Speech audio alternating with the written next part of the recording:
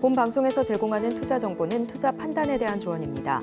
방송에서 제공하는 주식의 가치, 가격 상승 및 하락에 대해서는 방송사에서 보장하지 않습니다. 네, 실시간 정보 브리핑입니다. 미 5월 종합 PMI 54.4, 25개월 만에 최고, 금리 인하 기대 찬물. 미국의 제조업 서비스업을 아우르는 산업 활동이 이번 달 2년 만에 가장 빠른 속도로 확장된 것으로 나타났습니다. 미 연방준비제도의 금리 인하를 기다리는 이 시장에서는 반갑지 않은 신호입니다.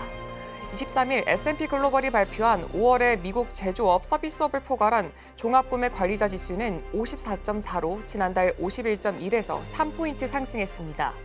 이는 지난 2022년 4월 이후에 25개월 만에 최고 수준으로 전문가 전망치를 크게 웃돌았습니다. 미 4월 시카고 연은 전미활동지수 위축세 기록. 시카고 연방준비은행은 23일 4월에 전미활동지수가 마이너스 0.23을 기록했다고 발표했습니다. 전미활동지수가 0보다 낮으면 경제가 장기 평균 성장세를 밑돈다는 의미입니다. 플러스면 경기가 장기 평균 성장세를 웃돈다는 의미로 해석할 수가 있습니다. 직전 어린 3월의 수치는 마이너스 0.04로 하향 수정됐습니다. 지수는 2달 연속 위축 국면을 나타냈습니다. 코인 대불장호나 비트코인 이번 주 신고가 기대. 글로벌 금리 인하 기대가 꿈틀거리고 위험 자산으로 돈이 몰리자 또다시 가상자산의 가격이 뛰고 있습니다. 가상자산 대장주인 비트코인이 다시 1억 원 돌파를 향해 시동을 걸고 있고 또 상장지수 펀드 기대에 알트코인도 오르고 있는 중입니다. 시장에서는 이번 주 비트코인이 사상 최고가를 경신할 수도 있을 것으로 보고 있습니다. ECB 임금 상승률 2024년에도 높게 유지, 임금 악력은 계속될 것, 완화될 것. 유럽중앙은행이 1분기 유로존의 협상 임금이 소폭 올랐다고 분석했습니다. 현지 시간 23일 22블로그에 따르면 사라 홀튼 경제 물가 및 비용 부서 헤드와 게리 코스터 경제고문은 ECB의 임금 상승률이 지난해 4분기 4.5% 인상된 데 이어 올해 1분기에 전년 동기 대비 4.7% 인상됐다고 집계했습니다. 자세한 소식은 외신 브리핑을 통해서 전달해드리도록 하겠습니다.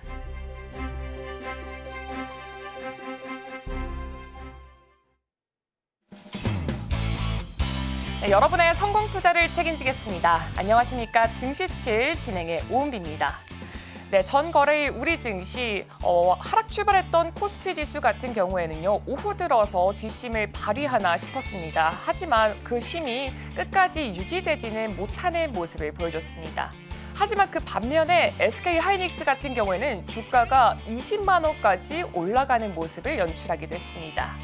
네, 한편 약 2시간 전에 마감했던 뉴욕 증시는 3대 지수가 모두 하락하면서 마무리를 했습니다. 자세한 이야기는 잠시 후에 나눠보도록 하겠습니다. 금요일의 증시7 지금 바로 출발하겠습니다.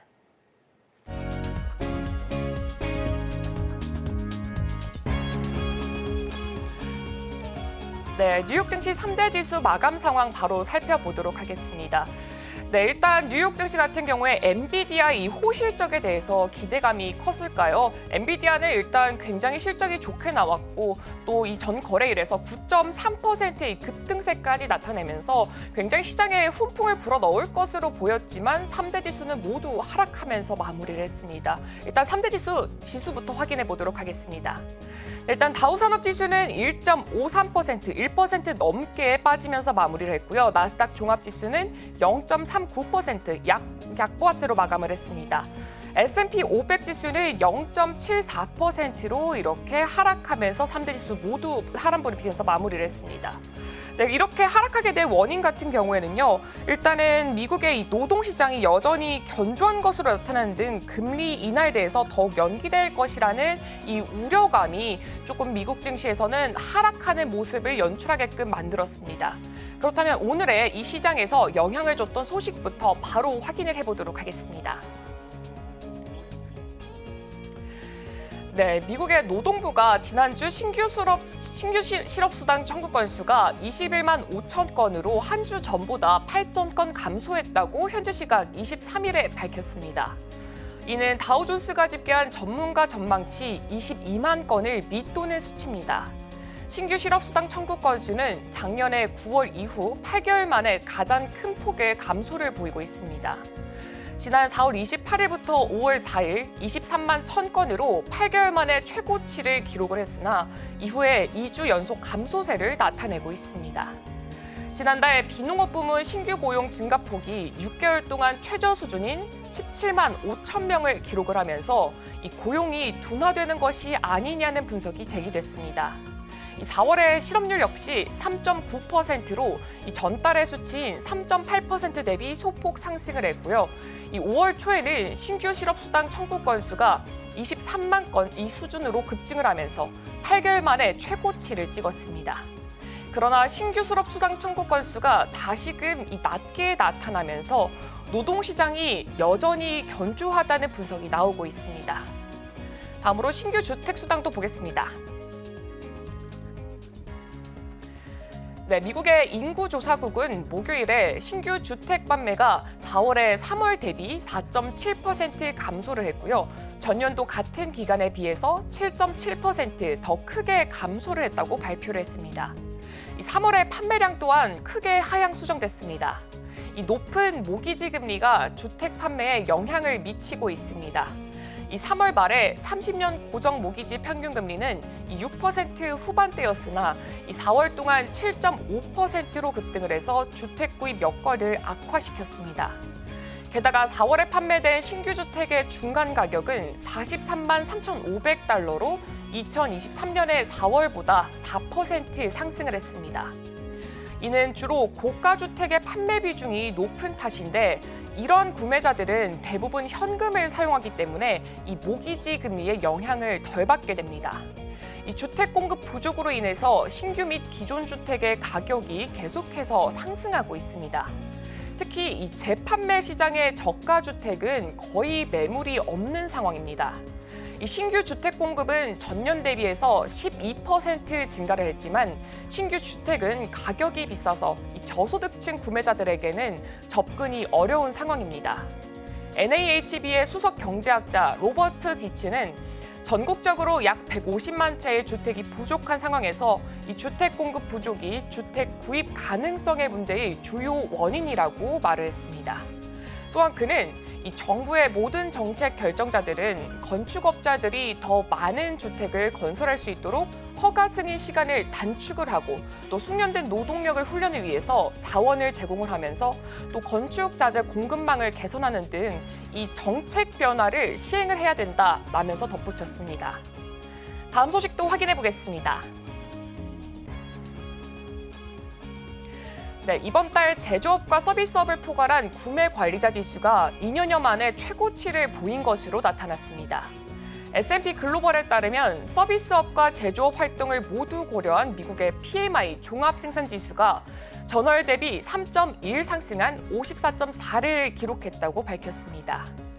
미국 서비스업 기업활동지수는 전월 대비 상승해 54.8을 기록했습니다.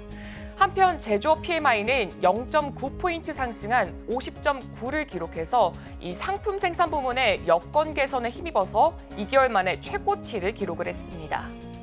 S&P 글로벌 마켓 크리스 윌리엄스는 미국 경제의 성장세가 2달간의 둔화 후에 다시 가속화가 되고 있고 또 5월의 PMI 초기 데이터는 2년여 만에 가장 빠른 확장을 시사했고 또 이 데이터는 미국 경제가 2분기에 또 다른 견조한 GDP 증가를 향해 나아가고 있다는 것을 보여준다고 말을 했습니다. 다음 소식도 이어서 확인해 보겠습니다.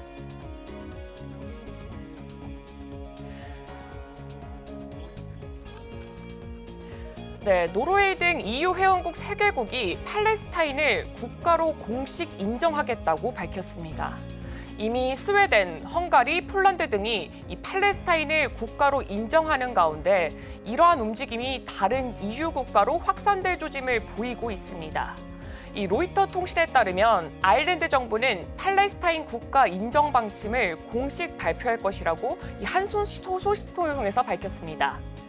앞서 아일랜드는 스페인, 몰타, 슬로베니아와 함께 이 팔레스타인 국가 인정을 위한 동맹을 결정했다면서 이 EU 차원에서 이 문제를 논의해야 한다고 주장한 바 있습니다.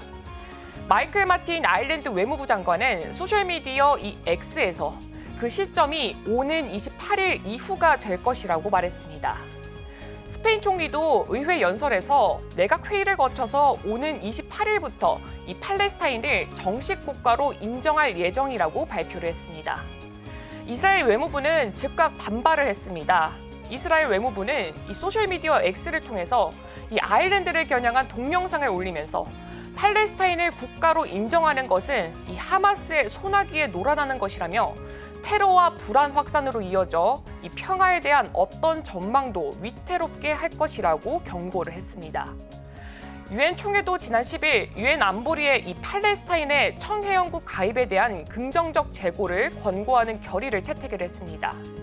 또 팔레스타인의 이 유엔 총회 회의나 또 각종 유엔 회의에 참여할 수 있는 예외적인 권한을 부여하기로 했습니다.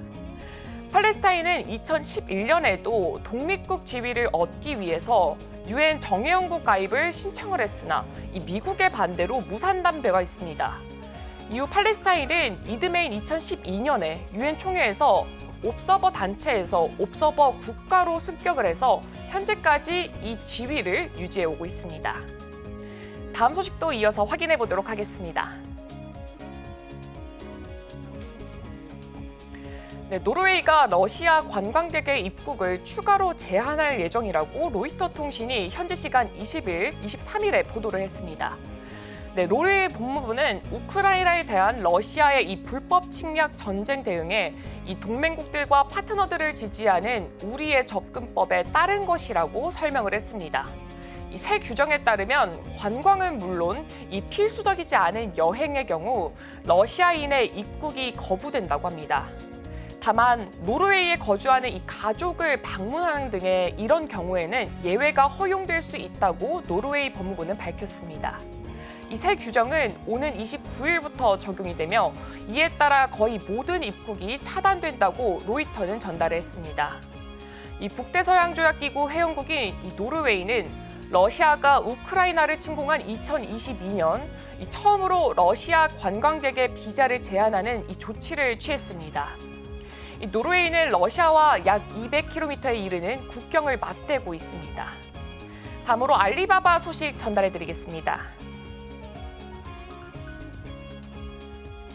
네, 미국에 상장된 알리바바 그룹의 주식이 현지 시간 23일 주식으로 현금화할 수 있는 이 45억 달러 상당의 전환 선순위 채권을 매각할 계획이라고 밝힌 후 하락을 했습니다.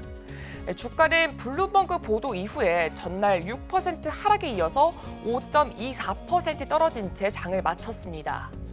LSEG의 이 데이터에 따르면 이 동사는 이날 항생지수에서 세 번째로 저조한 실적을 기록을 했습니다.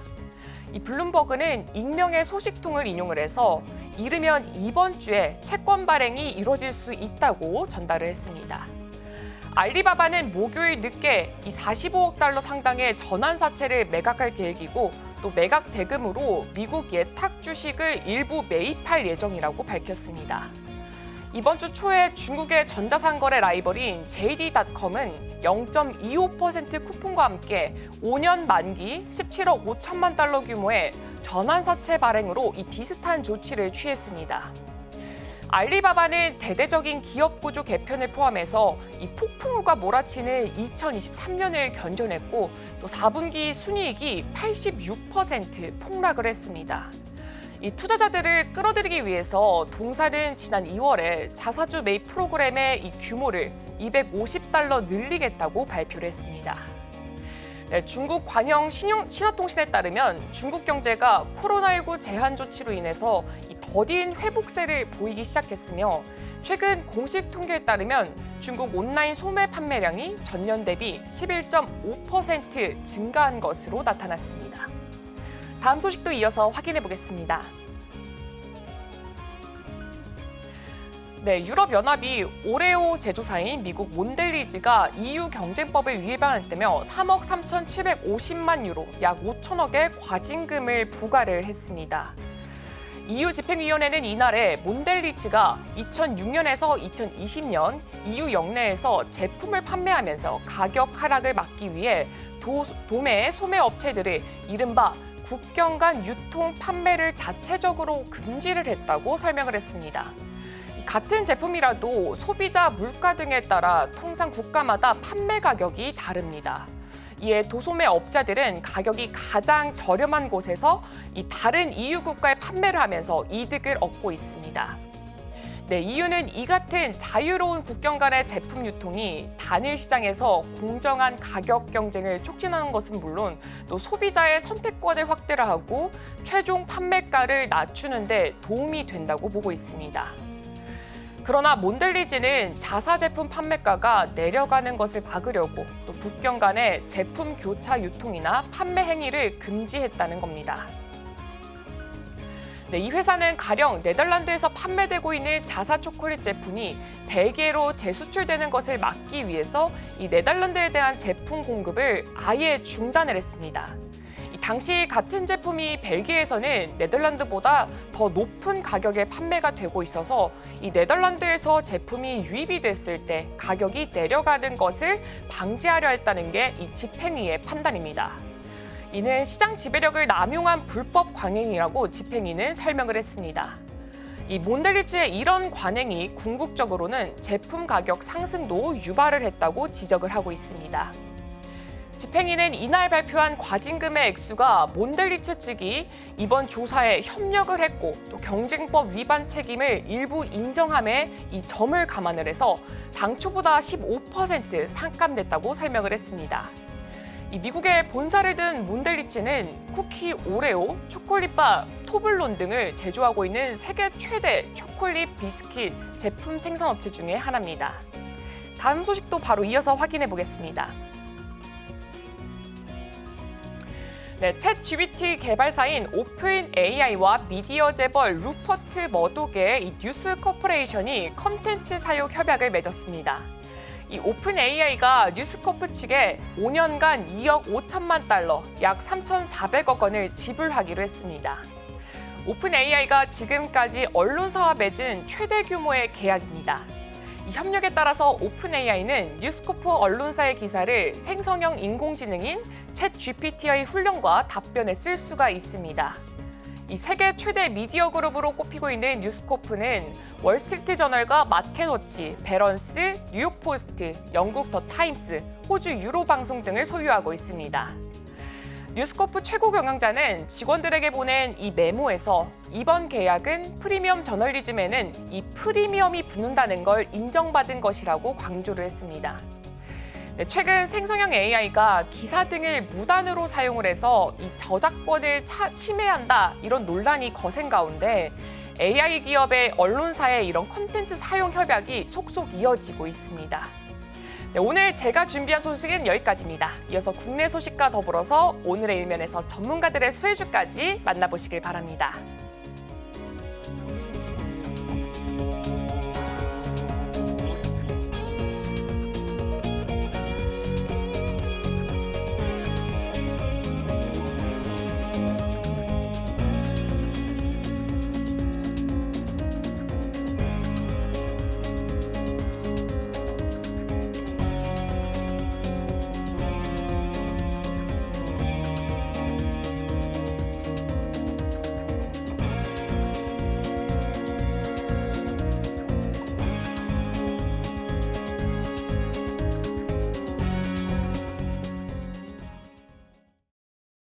네, 서울경제TV 증시7 조간브리핑 시간입니다. 서울경제신문에서 발행한 이슈 전해드리는데요. 첫 번째 소식부터 하나하나 짚어보겠습니다. 화면 살펴보시죠. EV 전환 대비 전혀 못해 이대로는 6년 뒤 부품사 30% 사라진다. 첫 번째 소식 전해드립니다.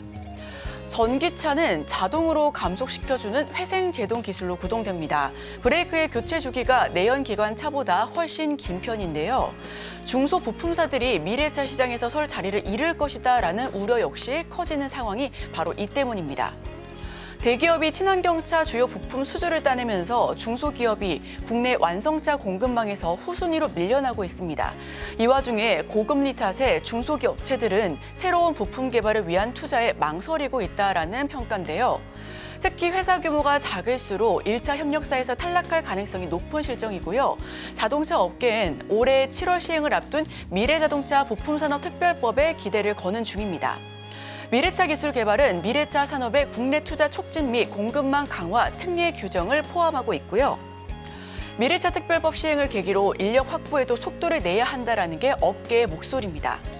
젊은 인력이 점차 수도권으로 빠지는 현상이 나타나고 있기 때문에 지방 소재의 중소부품사들의 씨름이 깊어지고 있는 중인데요. 인력 부족 문제도 해결이 시급한 실정입니다. 1차 협력업체 1년 새 8% 넘게 감소했습니다. 전동화 필요성 공감에도 여력이 부족한 상황이고요. 작년 350곳 중에 18%만 부품을 양산하고 있고 2차 협력사로 밀리는 업체도 급증하고 있는 상황입니다. 지방인력 이탈 심화 등 대책이 시급한 상황인데 업계에서는 7월 시행 예정인 특별법에 대한 기대감이 큰 상황입니다. 두 번째 소식입니다. 핀셋 인사로 삼성, 파운드리, M&A 힘 싣는다. 두 번째 소식 전달드립니다. 삼성전자가 반도체 리더십 교체로 강력한 조직 쇄신을 예고에 나섰습니다.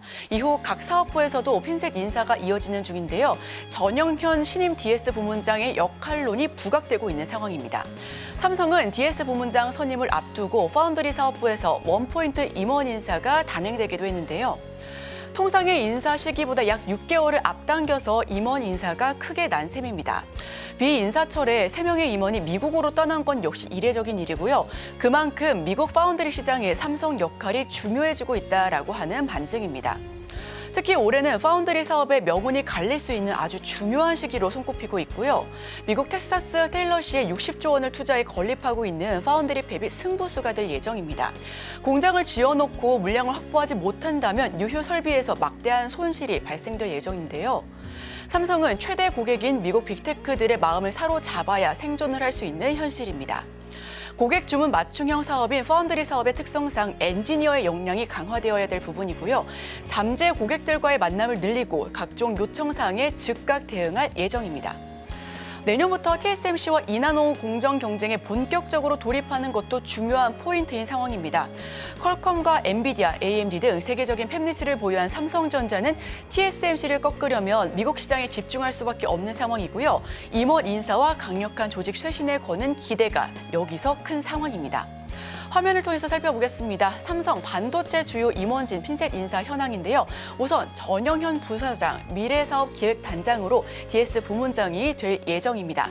세계 파운드리 시장 점유율을 살펴보시면 TSMC가 61.2%로 가장 높은 파이를 차지하고 있고요. 삼성전자는 11%, 그리고 글로벌 파운드리는 5.8%의 수준을 차지하고 있습니다. 삼성전자의 파운드리 기술 로드맵입니다. 2024년 이나노 IP를 확보할 것으로 예상하고 있고요.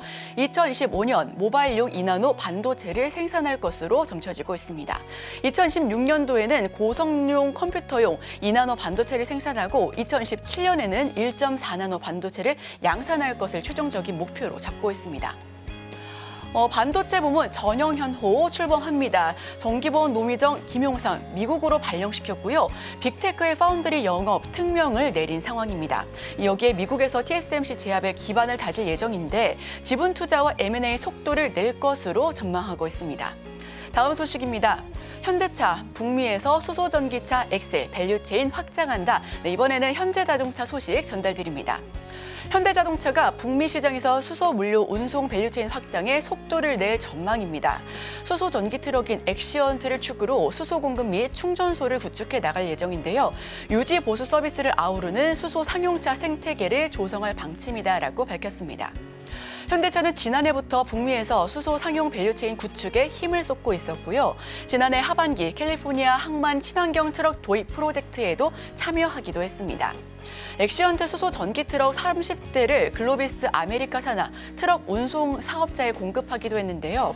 현대차는 차량 판매를 넘어서 수소 공급 및 충전소 구축과 리스, 파이낸싱, 유지 보수 서비스를 아우르는 수소 상용 모빌리티 밸류체인 구축에 속도를 더 낼 것이다라는 계획을 밝혔습니다.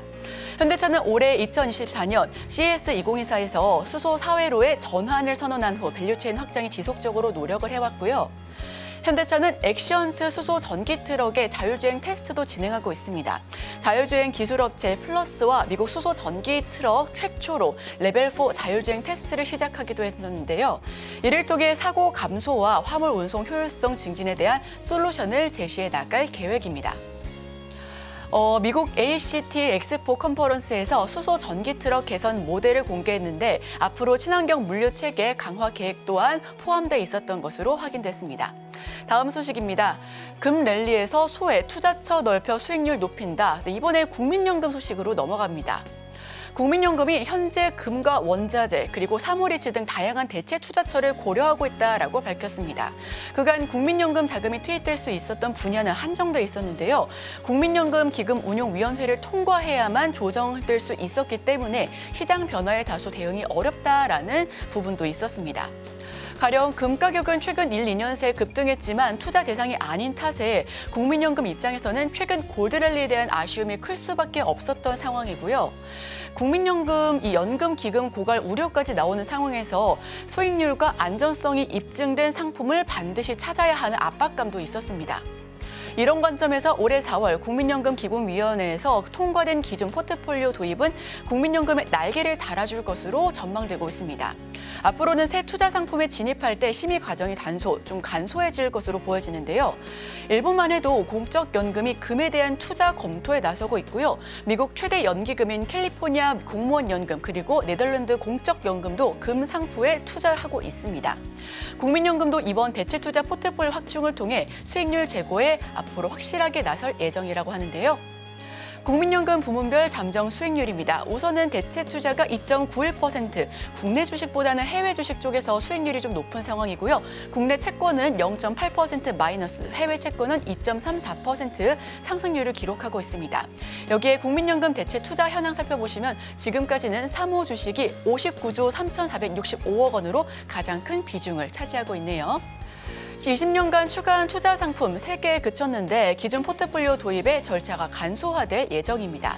새 투자 상품 편입이 좀 빠른 결정을 내릴 수 있을 것으로 보이는데요. 전문가들은 자산군인 다양할수록 좋다라는 평가를 내고 있습니다.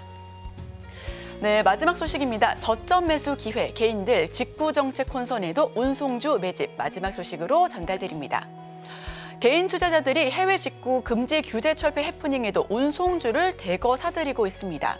이커머스 플랫폼 간 경쟁 심화에 운송 산업의 성장으로 베팅을 하고 있는 것으로 판단되고 있고요. 올해 하반기부터 국내 택배 물동량이 증가하면서 배송업계에도 실적이 개선될 것으로 전망되고 있습니다. 다만 지나친 경쟁이 단가 하락으로 이어질 수 있으니 업계에서는 유의해야 한다라고 지적해 나서고 있고요.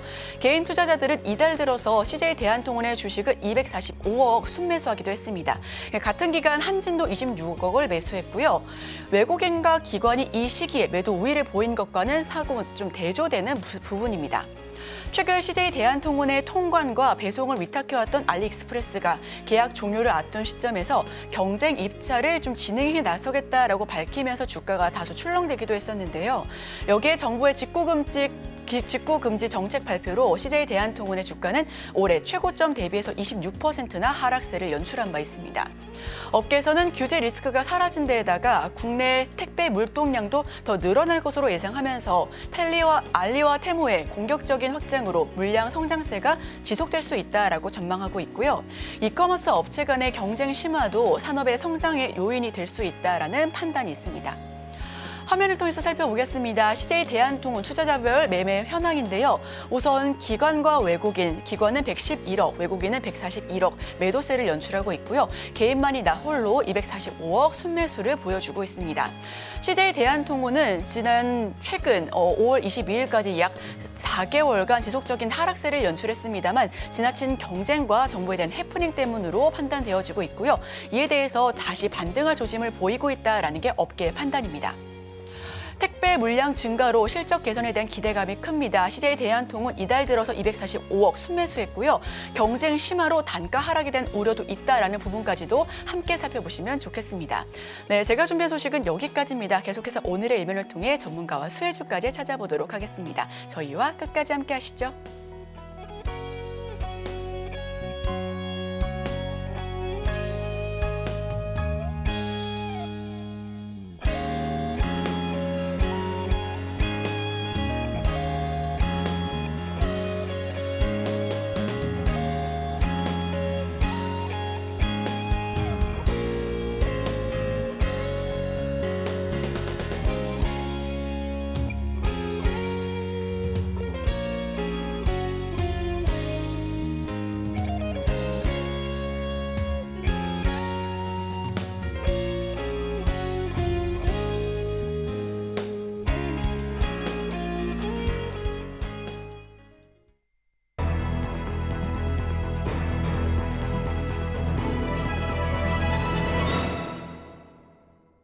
네, 오늘의 일변입니다.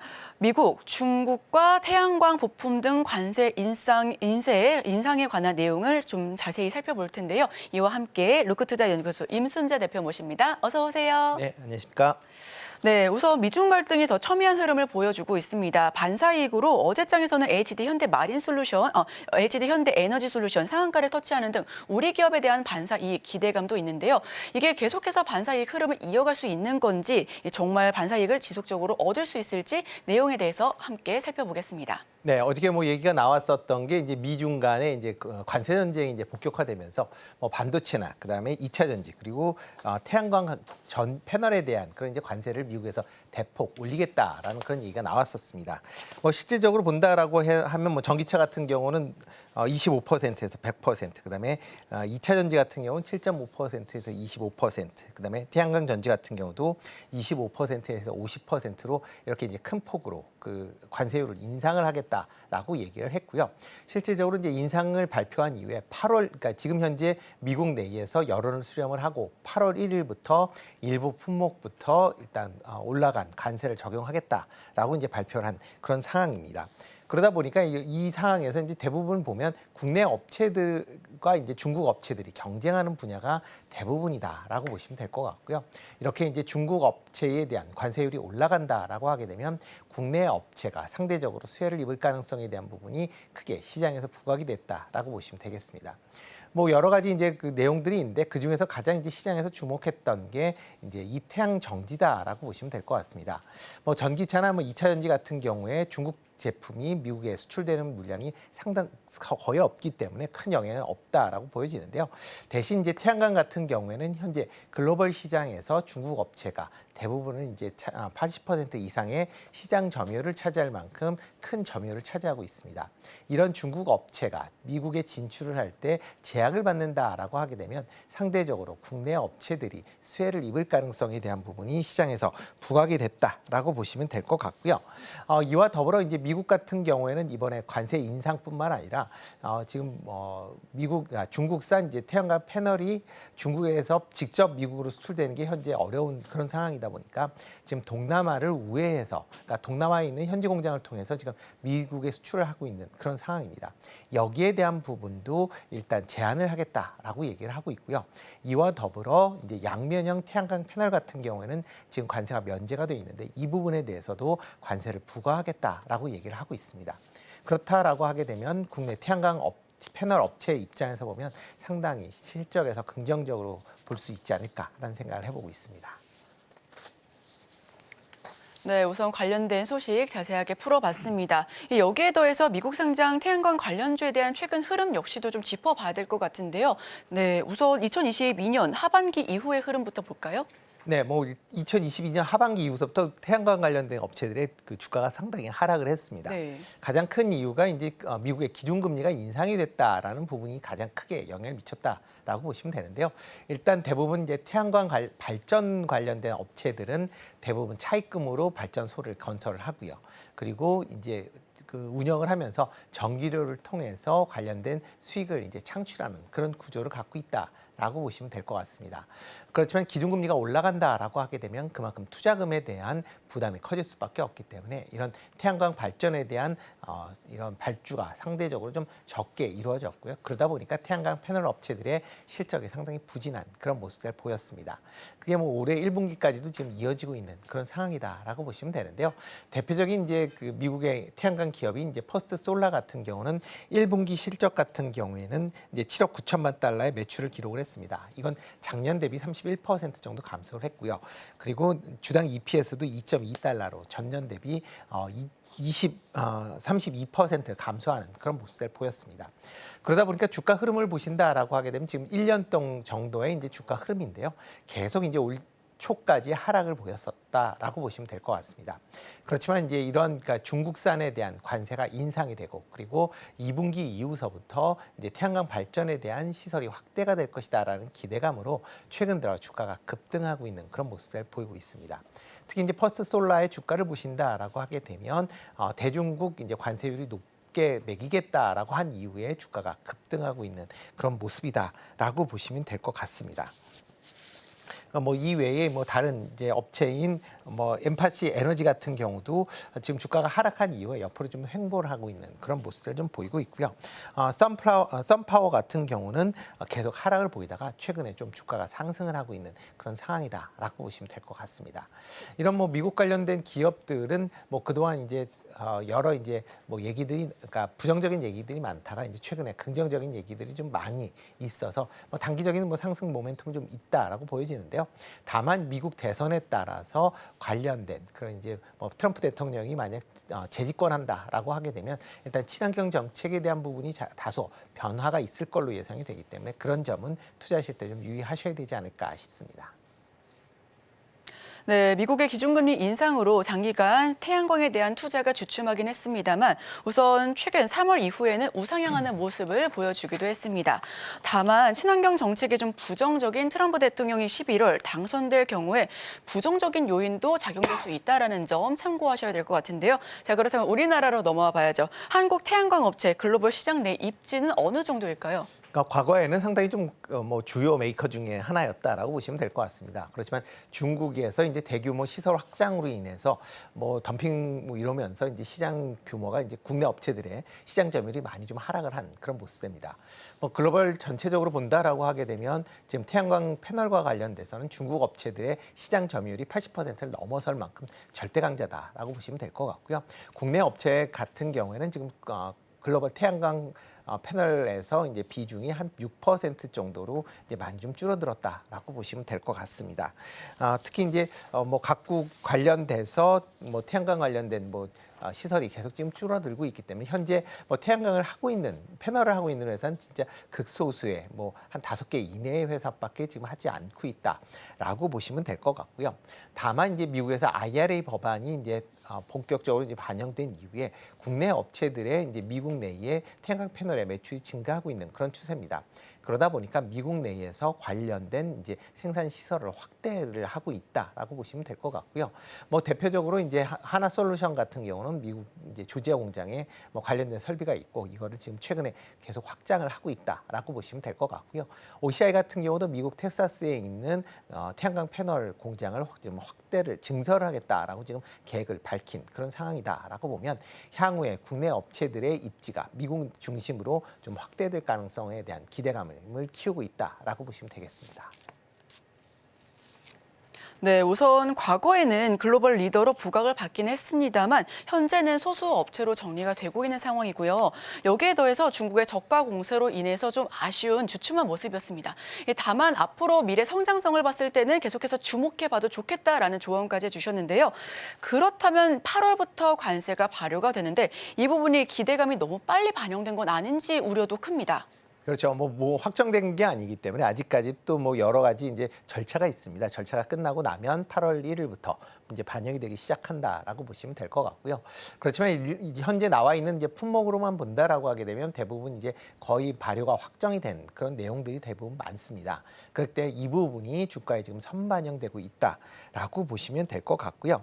뭐 그렇지만 이제 해당 관련된 종목이 이제 선반영 그러니까 기대감이 이제 키운 것도 사실이지만 뭐 정확하다라고 보면 일단 이제 실적이 어느 정도 이제 나오는지 여부도 이제 확인을 좀 해봐야 된다라고 보여집니다. 뭐 당연히 이제 미국 내의 태양광 패널에 대한 중국산 비중이 이제 줄어든다라고 하게 되면 수혜를 입을 것이다라는 기대는 뭐 당연한 그런 상황인데 과연 얼마만큼 빨리 회복될 수 있느냐라는 부분도 같이 좀 주목해서 보시면 좋을 것 같고요. 그렇기 때문에 뭐 장기적인 관점에서 상당히 좀 긍정적으로 보시면 좋을 것 같은데 단기적으로는 일단 뭐 최근에 이제 급등세를 좀 보였기 때문에 그거에 따른 주가의 변동성을 확대하게 한 그런 측면이 분명히 있습니다. 그래서 지금 상황에서는 단기 트레이딩 관점으로 접근해 보실 필요가 있지 않을까라는 생각을 해보고 있습니다. 네, 우선은 기대감이 선 반영된 상황인 건 맞습니다만 향후 실적이 개선이 되고 그 이후에 추가적인 상승이 있을 수 있다라는 말씀도 해주셨고요. 지금 이 순간에는 단기 트레이딩 관점에서 살펴보면 좋겠다라는 말씀까지도 전해주셨습니다. 자, 그렇다면 이슈의 실적까지 좀 뒷받침해줄 수 있는 반짝반짝 빛나는 태양광 관련주 어떤 종목 있을까요? 뭐 가장 대표적인 종목이죠. 하나솔루션 네. 이렇게 좀 보시면 좋을 것 같습니다. 뭐 하나솔루션의 이제 계열사인 이제 한화큐셀이 미국 내에서 태양광 관련된 설비를 한다라고 보시면 될 것 같고요. 미국 내 프리미엄 태양광 패널의 이제 시장 점유율 1위를 차지할 만큼 상당히 미국 내에서 경쟁력을 보유한 그런 업체다라고 보시면 될 것 같습니다. 현재 조지아주에 이제 일괄 태양광과 관련된 패널 공장을 지금 갖고 있다라고 보시면 될 것 같고요. 미국 내에서 현재 태양광 관련된 패널 공장을 지금 확충하고 있는 그런 상황입니다. 이뿐만 아니라 하나솔루션 같은 경우는 이제 폴리실리콘에서부터 태양광 패널, 그다음에 태양광 발전까지 이르는 태양광의 일괄적인 그런 체계에 대한 모든 이제 기술을 갖고 있는 그런 업체다라는 점이 좀 주목해 보셔야 될 걸로 보여지고요. 미국 내에서 태양광 발전에 관련돼서 지금 뭐 미국 내에서 이제 생산 시설을 이제 갖고 있다라고 하게 되면 AMPC라는 이제 제조업 관련된 이제 보조금이 같이 지급이 되고 있습니다. 하나솔루션 같은 경우는 관련된 그 생산 시설을 갖고 있기 때문에 이러한 보조금 수혜도 같이 기대해 볼 수 있다라고 보시면 될 것 같고요. 뭐 2분기 이후에 특히 이제 하반기 이후에 이제 태양광 발전에 대한 이런 이제 수요가 증가할 것이다라고 하게 되면 그만큼 태양광 패널에 대한 수요도 같이 증가할 걸로 예상이 되고 있고요. 현재 증설되는 공장도 올해 말까지 완성이 될 걸로 본다라고 하게 되면 향후 실적 측면에서 보면 상당히 긍정적으로 보셔도 되지 않을까. 그리고 주가 흐름으로 봐서도 상당 부분 지금 오랜 동안 이제 주가가 하락을 한 이후에 최근 들어 조금씩 주가가 반등하고 있다라는 모습을 본다라고 하게 되면 아직까지 상승 여력이 좀 더 남아 있다라고 생각을 하고 있습니다.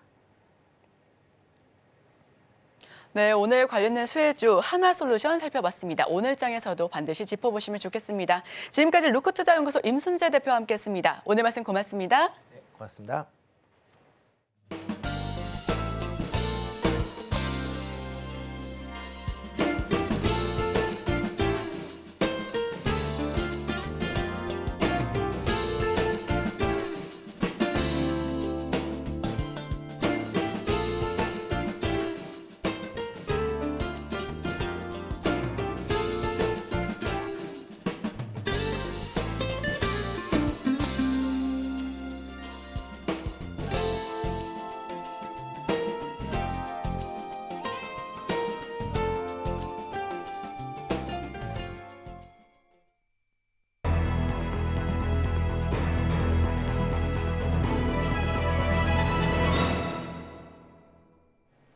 네, 투자하기 전에 보면 좋을 리포트 하나 준비해봤습니다. 오늘은 유안타증권에서 발행한 토니모리에 관련된 리포트입니다.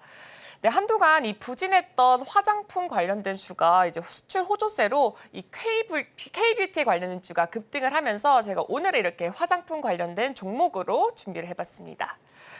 네, 일단은 이렇게 토니모리면 아마 여성분들이라면 다 아실 거예요. 뭐 틴트, 뭐 블러셔, 아니면 기초 제품 라인으로 굉장히 유명한 화장품 브랜드고요. 일단은 토니모리 세 가지 포인트로 짚어볼 수가 있습니다. 첫 번째는 MBS 신규 입점, 그다음에 두 번째는 수출 유통 채널 확대, 세 번째는 자회사 메가코스 고성장, 이렇게 세 가지 포인트로 일단 추격을 볼 수가 있습니다. MBS 같은 경우에는요, 멀티 브랜드 샵으로 이제 다이소, 올리브영 이런 매점을 생각해 보시면 좋을 것 같아요.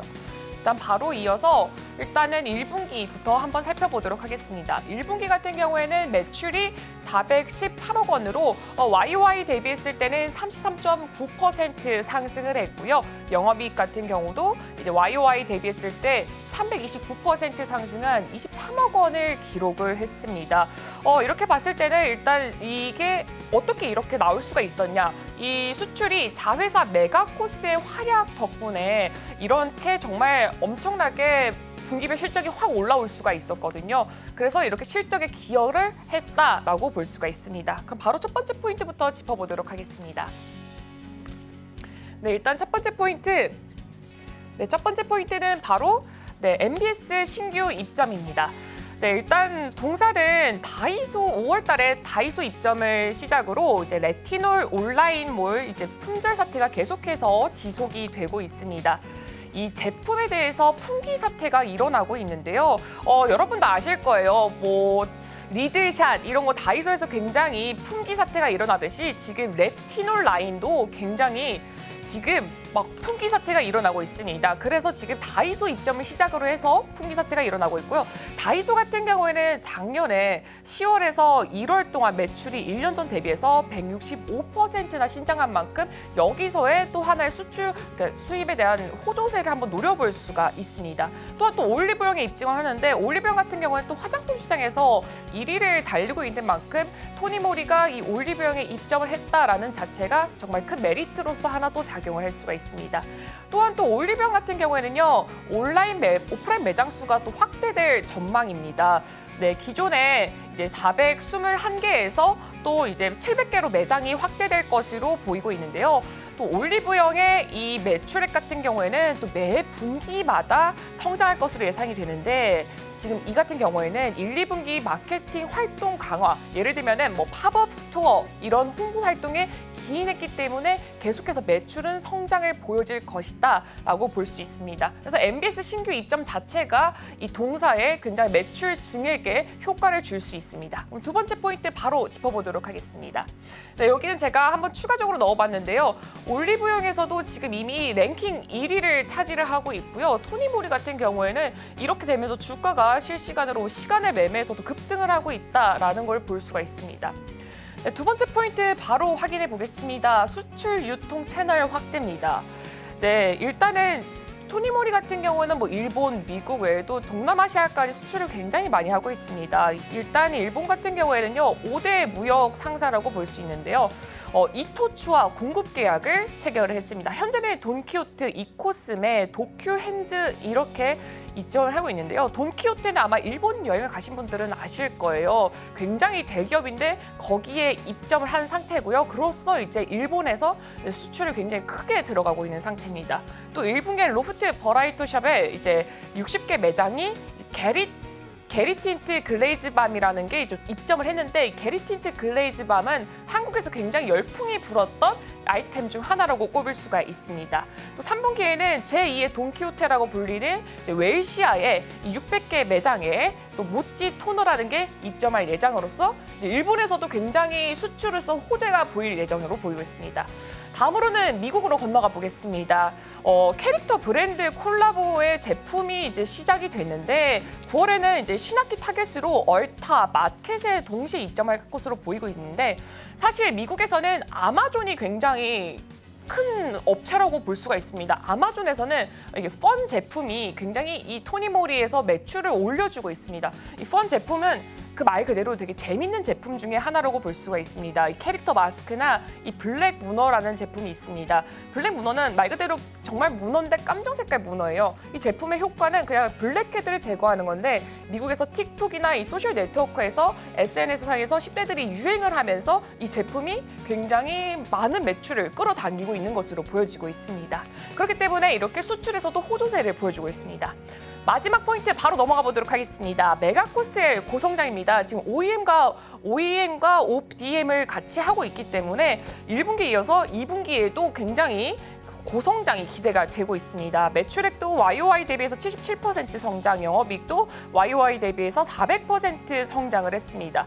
지금 기초라인은 풀캐파로 지금 계속해서 증설할 계획이라고까지도 나와 있습니다. 특히 인디 브랜드, 글로벌 고객상이 계속해서 요청이 들어오고 있기도 하고 아누아라는 브랜드를 지금 계속해서 여기서 생산하고 있거든요. 근데 그 아누아라는 브랜드가 아마존에서는 14위를 차지하고 있기 때문에 여기와 함께 동시 성장을 하고 있다라고 볼 수가 있습니다. 그래서 이 포인트, 세 가지 포인트로 저는 한번 이렇게 준비를 해봤고요. 여러분이 만약 투자를 하실 때 나는 토니모리 어떻게 보면 이 세 가지 포인트로 보고 투자를 하시면 좋을 것 같고요. 일단은 이 유한타증권에서는 투자 정보에 대해서는 매수 의견은 주지는 않았습니다. 하지만 여러분께서는 이 투자 포인트 세 가지 참고해서 한번 투자해 보시면 좋을 것 같습니다. 오늘의 핵심 요약 세 줄입니다. 현지 시간으로 24일 미국 5월 미시간대 소비자 심리지수가 발표될 예정입니다. 예측치는 67.4로 전망될 예정이고요. 지난 5월 10일 발표된 수치는 11월 이후 최저치를 기록한 바 있습니다. 오늘의 일면 미국, 중국 태양광의 관세 폭탄, 태양광주 반짝. 오늘 하나솔루션 수혜주로 꼽아봤습니다. 마지막으로 오늘의 투자전 리포트 토니모를 살펴봤고요. 수출 자회사의 활약이 전사 실적에 기여될 예정이니까요. 투자 판단에 참고해 주시길 바랍니다. 네, 저희가 방송 중에 제공해드린 정보는요, 투자 판단에 대한 참고 자료일 뿐 해당 종목의 가치 또는 상승과 하락을 보장하지는 않습니다. 잠시 후 증시 8 오늘의 승부주가 방송될 예정입니다. 시장에 대한 다양한 이야기부터 승부주에 대한 힌트까지 있으니까 참고해 보시길 바랍니다. 오늘 저희가 준비한 소식은 여기까지입니다. 시청해주셔서 고맙습니다.